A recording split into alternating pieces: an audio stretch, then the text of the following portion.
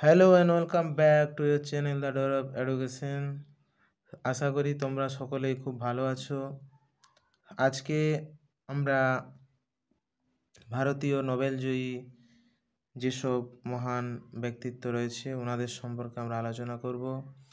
তো প্রথমেই আমরা জেনে নেব রবীন্দ্রনাথ ঠাকুর। তো এই কবিগুরু রবীন্দ্রনাথ ঠাকুর হচ্ছেন আমাদের বাঙালির তথা ভারতবর্ষের প্রথম যিনি সাহিত্যের জন্য নোবেল পুরস্কার পান। তিনি 1913 সালে তার গীতাঞ্জলির কাব্যগ্রন্থের কাজের স্বীকৃতিস্বরূপ তিনি সাহিত্যে নোবেল পুরস্কার পান।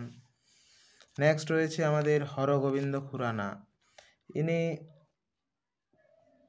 জেনেটিক গবেষণার জন্য অর্থাৎ জিন সম্পর্কিত গবেষণার জন্য যা যা আমাদের জীবদেহের গঠনগত এবং কার্যগত বৈশিষ্ট্যের ধারক ও বাহক হিসাবে কাজ করে, সেই জিন সম্পর্কিত গবেষণার জন্য তিনি 1968 সালে নোবেল পুরস্কারে সম্মানিত হন। তিনি তার সহযোগী গবেষকদের সাথেই এই পুরস্কার ভাগ করে নেন। ঠিক আছে। নেক্সট রয়েছে সিভি রমন। সিভি রমন 1930 সালে নোবেল পুরস্কার লাভ করেন। পদার্থবিজ্ঞানে আলোর বিচ্ছুরণে তার কাজের জন্য তিনি 1930 সালে নোবেল পুরস্কারে সম্মানিত হন। নেক্সট রয়েছে মাদার টেরেসা। মাদার টেরেসা তিনি 1979 সালে নোবেল পুরস্কারে সম্মানিত হন। ইনি শান্তিতে নোবেল পুরস্কার লাভ করেন। ঠিক আছে, শান্তিতে নোবেল পুরস্কার লাভ করেন।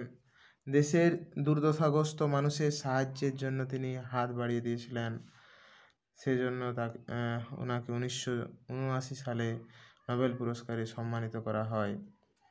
নেক্সট রয়েছে সুব্রহ্মণ্যন চন্দ্রশেখর। সুব্রহ্মণ্যন চন্দ্রশেখর ইনাকে 1983 সালে নোবেল পুরস্কারে সম্মানিত করা হয়। নক্ষত্রের গঠন এবং বিবর্তনের ভৌত প্রক্রিয়ার তাত্ত্বিক গবেষণার জন্য পদার্থবিজ্ঞানে নোবেল পুরস্কার দেওয়া হয় সুব্রহ্মণ্যন চন্দ্রশেখরকে। নেক্সট রয়েছে অমর্ত্য সেন। ইনাকে 1994 সালে অর্থনীতিতে তার কল্যাণকর অবদানের জন্য নোবেল পুরস্কারে সম্মানিত করা হন। নেক্সট ভেঙ্কটরমন রামকৃষ্ণান। ইনি 2009 সালে নোবেল পুরস্কারে সম্মানিত হন। রাইবোজোমের গঠন এবং কার্যকারিতা অধ্যয়নের জন্য 2009 সালে রসায়নে নোবেল পুরস্কারে সম্মানিত করা হয়। তাহলে রাইবোজোমের গঠন এবং কার্যকারিতা অধ্যয়নের জন্য 2009 সালে এনাকে নোবেল পুরস্কারে সম্মানিত করা হয়। নেক্সট রয়েছে কৈলাস সত্যার্থী। আমরা সকলেই জানি যে শান্তির জন্য নোবেল পুরস্কার লাভ করেন। কৈলাস সত্যার্থী ইনি ভারতীয় বংশোদ্ভূত এবং মালালা ইউসুফজাই ইনি পাকিস্তানের একটি 17 বছরের মেয়ে। দুজন মিলে শিশু এবং যুবকদের দমনের বিরুদ্ধে এবং সমস্ত শিশুদের শিক্ষার অধিকারের জন্য যৌথভাবে লড়াই করেছিলেন। এজন্য শান্তিতে দুজনকেই নোবেল পুরস্কারে সম্মানিত করা হয়। নেক্সট রয়েছে অভিজিৎ ব্যানার্জি। ইনাকে 2019 সালে নোবেল পুরস্কারে সম্মানিত করা হয়।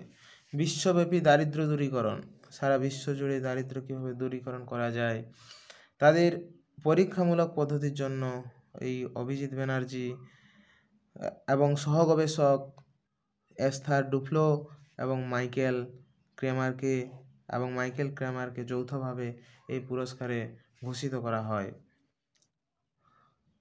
তো এই নোবেল পুরস্কার সম্পর্কে বলা যায় যে এটি হচ্ছে একটি আন্তর্জাতিক এবং বিশ্বের সবথেকে একটা শ্রেষ্ঠ সাম্মানিক পুরস্কার, যা সুইডেনের স্টকহোমে নোবেল ফাউন্ডেশন দ্বারা পরিচালনা করা হয়। এই সুইডেন বিজ্ঞানী অ্যালফ্রেড নোবেলের নাম অনুসারে এই নোবেল পুরস্কার নামকরণ করা হয়। নোবেল পুরস্কার আমাদের পদার্থবিদ্যা, রসায়ন, শারীরবিদ্যা, সাহিত্য, শান্তি এবং অর্থনীতিতে আলাদাভাবে এই নোবেল পুরস্কার দেওয়া হয়। তো আশা করছি এই নোবেল পুরস্কার সম্পর্কে একটা আমরা বেসিক ধারণা পেলাম। তো